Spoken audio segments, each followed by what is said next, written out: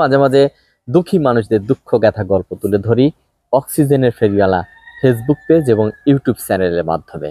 ইতিপূর্বে সিরাজগঞ্জের উল্লাপাড়া উপজেলার বড়হর দক্ষিণ পাড়ার একটি দুঃখী পরিবারের দুঃখ গাথা গল্প অক্সিজেনের ফেরিওয়ালা চ্যানেলে তুলে ধরার পরে সেটি কিন্তু দুঃখ গাথা গল্পের সমাধান করে দিয়েছে প্রচেষ্টা সবার জন্য মানবিক সংগঠন। শাহবাজ খান সানি ভাইয়ের সার্বিক প্রচেষ্টায় হাউস অব মান্নান চ্যারিটেবলের অর্থায়নে সেই বড়হরের দুঃখী পরিবারকে এই নতুন ঘরটি উপহার দেওয়া হয়েছে। হাউস অব মান্নান চ্যারিটেবলের এটি হচ্ছে 87 নম্বর ঘর, আর এই ঘরটি পেয়েছে সদাই চন্দ্র সূত্রধর। কথা বলবো তার স্ত্রীর সাথে। কেমন আছেন? ভালো আছি। ভালো আছেন তো আপনারা সবাই? ভালো আছি। কি নাম যেন আপনার? লক্ষ্মী। ভাঙাচোর একটা ঘর ছিল, হ্যাঁ। কি কি সমস্যা যেন ছিল? জল পড়ছিল, বেবা কি হচ্ছিল, থাকতে পারি নাই। আচ্ছা, ভালোই লাগে। কোনো সমস্যা আছে? না, কোনো সমস্যা নাই।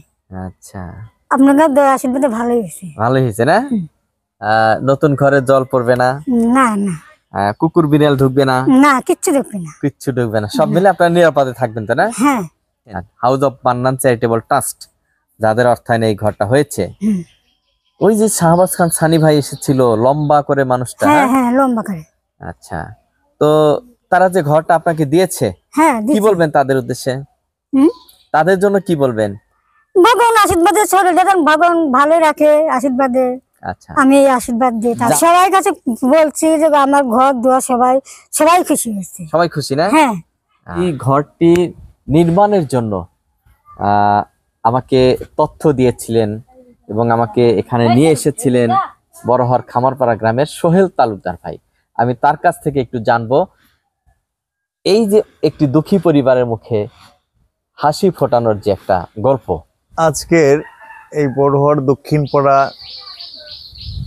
সদাইচন্দ্র সূত্রধর ওনার এই বসবাসের যে অবস্থান ছিল, সেই অবস্থান সম্বন্ধে আমি অন্য লোক মুখে একটু অবগত হই।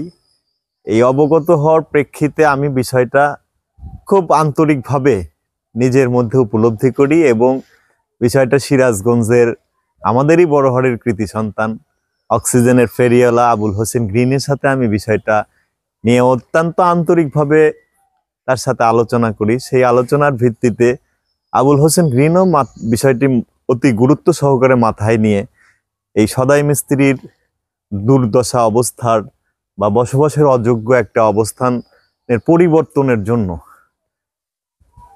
খুব আন্তরিকভাবে প্রচেষ্টা বা চেষ্টা করে। আর এই চেষ্টার ভিত্তিতে তার অত্যন্ত পরিচিত এবং কাছের একজন মানুষ,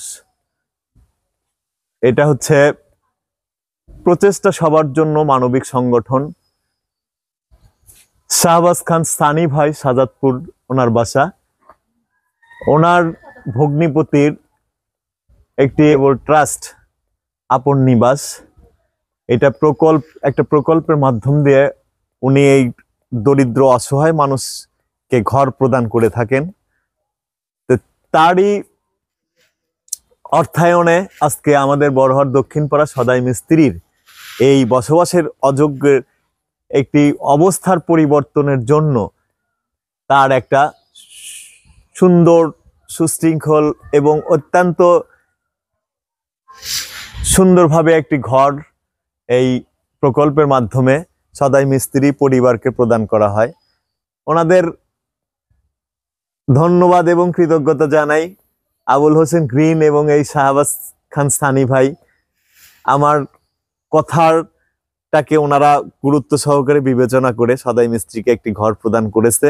আমার ব্যক্তিগতভাবে তাদের প্রতি আন্তরিক কৃতজ্ঞ এবং সাধুবাদ জানাই এই অসহায় পরিবার, অসহায় দুঃখী মানুষের পাশে দাঁড়ানোর জন্য।